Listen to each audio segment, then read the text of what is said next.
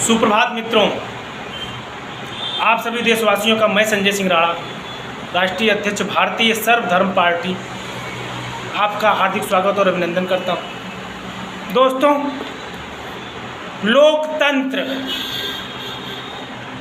लोकतंत्र एक ऐसा शब्द है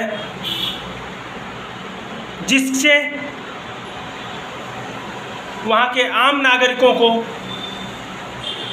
उन्हें सम्मान से जीने का अधिकार मिलता है। नागरिकों को खुलकर अपने मानवाधिकारों के लिए आवाज़ उठाने का मौका मिलता है। वह हर परिस्थिति में,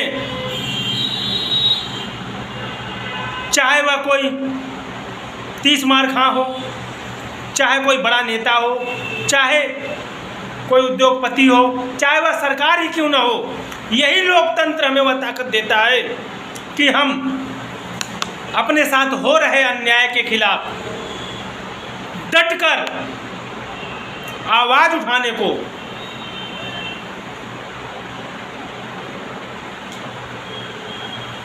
तैयार रहते हैं। लेकिन जब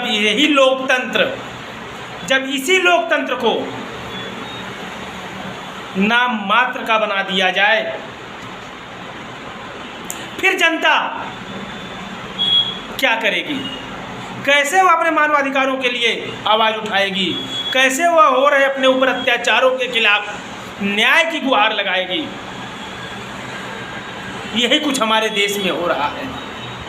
कहने को तो हम विश्व के सबसे बड़े लोकतंत्र में हैं, लेकिन क्या वाकई यह लोकतंत्र का शब्द हमारे देश में अपनी परिभाषा को पूरी तरह परिभाषित कर पा रहा है? उदाहरण मैं आपको देना चाहूँगा। आज हमारे देश में कोई विधायक बन गया, कोई सांसद बन गया, कोई मंत्री बन गया, तो जनता को तुच्छ समझने लगता है। उदाहरण मैं आपको देना चाहूँगा। अभी भी गुजरात के वलसाड से विधायक भरत पटेल का कहना है कि हम जब चाहें तब दंगा करवा सकते हैं। प्रमोद मुतालिक का कहना है, यह भी बीजेपी सांसद या विधायक हैं, इनका कहना है कि गोडसे की जो फोटो हटाएगा उसके हम हाथ काट देंगे। गोडसे अर्थात महात्मा गांधी का हत्यारा। क्या सही क्या गलत, हम इसकी तह में नहीं जाएंगे। हम इनके शब्दों से इनके द्वारा की जा रही तानाशाहियों की तरफ आपका ध्यान इंगित कराना चाहते हैं। क्या एक प्रतिनिधि को, एक सांसद को, एक मंत्री को इस प्रकार की भाषा शोभा देती है? क्या यह मर्यादित भाषा है? उत्तर प्रदेश में आ जाते हैं हमारे अजय मिश्रा, जो केंद्रीय गृह राज्य मंत्री हैं, जिनके बेटे ने दसियों किसानों को अपनी गाड़ी के नीचे रौंद दिया था, जिन्हें हाई कोर्ट ने जमानत पे देखा, लेकिन सुप्रीम कोर्ट ने उनकी जमानत को खारिज कर उन्हें जेल भेजा। लेकिन आज तक हमारी सरकार ने अजय मिश्रा उर्फ टेनी को केंद्रीय गृह राज्य मंत्री के पद से नहीं हटाया। और उनके बिगड़े बोल आए दिन हमें सुनने को मिलते हैं कि किस प्रकार सरकार उनके अमर्यादित व्यवहार को नजरअंदाज कर रही है। अभी अजय मिश्रा टेनी ने कहा है कि हाथी जाती रहती है, कुत्ते भौंकते रहते हैं। अर्थात उनका कहना वो स्वयं को हाथी बता रहे हैं। और जनता, जिसके परिवार ने अपने को खो दिया, जिनके बच्चे को टेनी जी के बेटे ने मार दिया कुचल करके, वह हाथी हैं। और आम जनता अगर न्याय के लिए गुहार लगा रही है, आंदोलन कर रही है, जन समर्थन मांग रही है, तो वह कुत्ते हैं। ऐसी भाषा प्रयोग के बाद भी अगर हमारी सरकार अपने माननीयों को, मंत्रियों को, विधायकों को, सांसदों को अपने साथ रखी हुई है, तो उस सरकार की मानसिकता हमें आपको बताने की आवश्यकता नहीं है, आप हमसे ज़्यादा समझदार हैं। हम आपके सामने कुछ भी नहीं हैं। अगर ऐसे विधायक के मंत्रियों को भी शिष्टाचार की जानकारी नहीं है, मर्यादित शब्द की जानकारी नहीं है कि जनता से, जिस जनता ने हमें चुन करके वहां भेजा है, उस जनता से इस प्रकार का व्यवहार लोकतंत्र को मुंह चढ़ा रहा है। इसीलिए मैं कह रहा हूं, हमारे यहाँ लोकतंत्र अपनी गरिमा को, अपने परिभाषा को खो चुका है, सिर्फ नाम मात्र का बन के रह गया है। अगला उदाहरण मैं देना चाहूंगा, जब लोकतंत्र में दो नियम काम करने लगे, अपने लिए कुछ और, दूसरों के लिए कुछ और, तो वह लोकतंत्र नहीं रह गया। वहाँ तानाशाही राज ही कहना ज़्यादा उचित होगा, जो हमारे देश में हो रहा है। उदाहरण मैं दे रहा हूँ, मौजूदा दिल्ली में जो कुछ हो रहा है, मैं दिल्ली सरकार की कार्यशैली का न समर्थन कर रहा हूँ, न उसका विरोध कर रहा हूँ। मैं हमेशा सत्य के लिए आवाज़ उठाता हूँ। मुझे यह उदाहरण देने की ज़रूरत इसलिए पड़ी कि अगर दिल्ली की सरकार के साथ या अन्य किसी राज्य की सरकार के साथ ऐसा हो सकता है, तो जो सत्ता में बैठे हुए हैं वही काम अगर वो कर रहे हैं, तो वही सख्ती, वही एक्शन, वही FIR, वही जांच उनके लिए क्यों नहीं।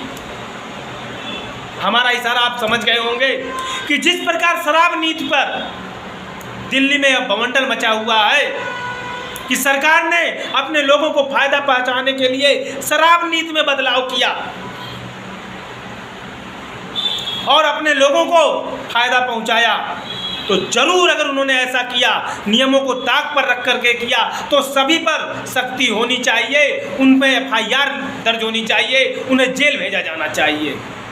किंतु केवल उन्हें ही नहीं, अगर आपकी सरकार में, केंद्र की सरकार में भी वही हो रहा है। उदाहरण मैं आपको दे रहा हूं,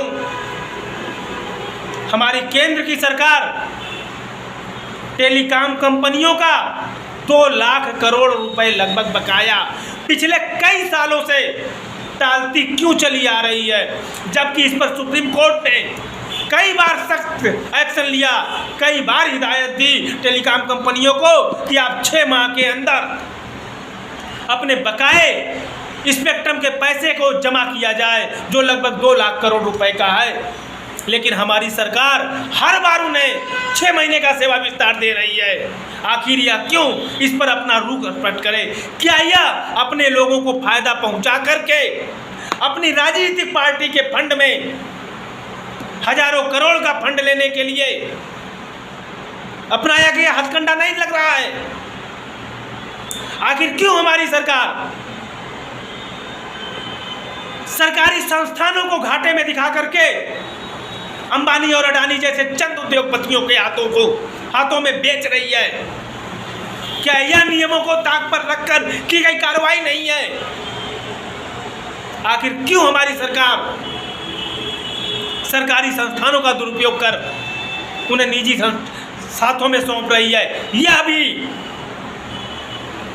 एक तरह से नियमों को ताक पर रख करके अपने को फायदा पहुंचाने की नीति पर कार्य करते हुए किया जाने वाला कार्य है। इसका भी मैं विरोध करता हूं। अगर दिल्ली सरकार की कार्यशैली गलत है, तो केंद्र सरकार भी कार्यशैली गलत है, ऐसा मुझे कहने में कोई डर नहीं है, क्योंकि आपका यह छोटा भाई संजय सिंह राणा सर पर कफन बांध करके सच से ही जनता को रूबरू कराने के लिए, जनता को उसका अधिकार दिलाने के लिए राजनीति में आया है। भारतीय सर्वधर्म पार्टी नामक एक राजनीतिक दल का गठन किया है, जो भ्रष्टाचार से रहित हो, मानवता के प्रति उसकी सच्ची श्रद्धा हो, निस्वार्थ भाव से लोगों को मुफ्त शिक्षा, मुफ्त चिकित्सा, मुफ्त न्याय उपलब्ध कराने का जिसका उद्देश्य है। हम अन्य सरकारों की तरह हम खुद करें तो रासलीला और दूसरा करे तो कैरेक्टर ढीला, वाली नीति पर हमें नहीं चलना है जैसे सरकार कर रही है। सरकार जो करे, केंद्र सरकार जो कर रही है वह सब सही, और किसी अन्य प्रदेश की सरकार अगर कुछ वैसा उसी कदम पर चलते हुए कुछ नियम कानून ढीले करती है तो वह कैरेक्टर ढीले वाले की पंक्ति में क्यों खड़े हो जाती है? क्योंकि इनकी मानसिकता में खोट है। हमारी जो केंद्र सरकार है वह वास्तविक मुद्दों से ध्यान हटा करके पब्लिक का ध्यान दूसरी तरफ डाइवर्ट करने में माहिर है कि हमारा ध्यान महंगाई पर ना जाए, भ्रष्टाचार पर ना जाए, अपने साथ हो रहे अन्याय पर ना जाए। हम घुट घुट करके महंगाई में मर रहे हैं, इस पर आवाज़ न उठाएं। हमारे बच्चे शिक्षा से वंचित हो रहे हैं, इस पर हम शांत रहें। हमारे बच्चे चिकित्सा के अभाव में दम तोड़ रहे हैं, अस्पतालों में उन्हें इलाज नहीं मिल रहा है, और जहाँ मिल रहा है वहाँ हमें खुल के लूटा जा रहा है। इस पर हम खामोश रहें। थानों द्वारा, अधिकारियों के द्वारा हमारा उत्पीड़न किया जा रहा है, थानों में हमारी FIR नहीं लिखी जाती है, थानों में गरीबों की सुनवाई नहीं होती है, रसूखदारों के माध्यम से गरीबों का शोषण हो रहा है। इस पर हम खामोश रहें। न्याय रोजगार के लिए हम आवाज़ न उठाएं। इन्हीं सबको दृष्टिगत रखते हुए हमारी मौजूदा सरकार यह सभी राग अलाप रही है कि हम किसी भी प्रकार वास्तविक मुद्दों से दूरी बनाए रखें। मेरे साथियों, मैं आज पुनः अपनी उसी बात पर फिर आपके पास आता हूँ।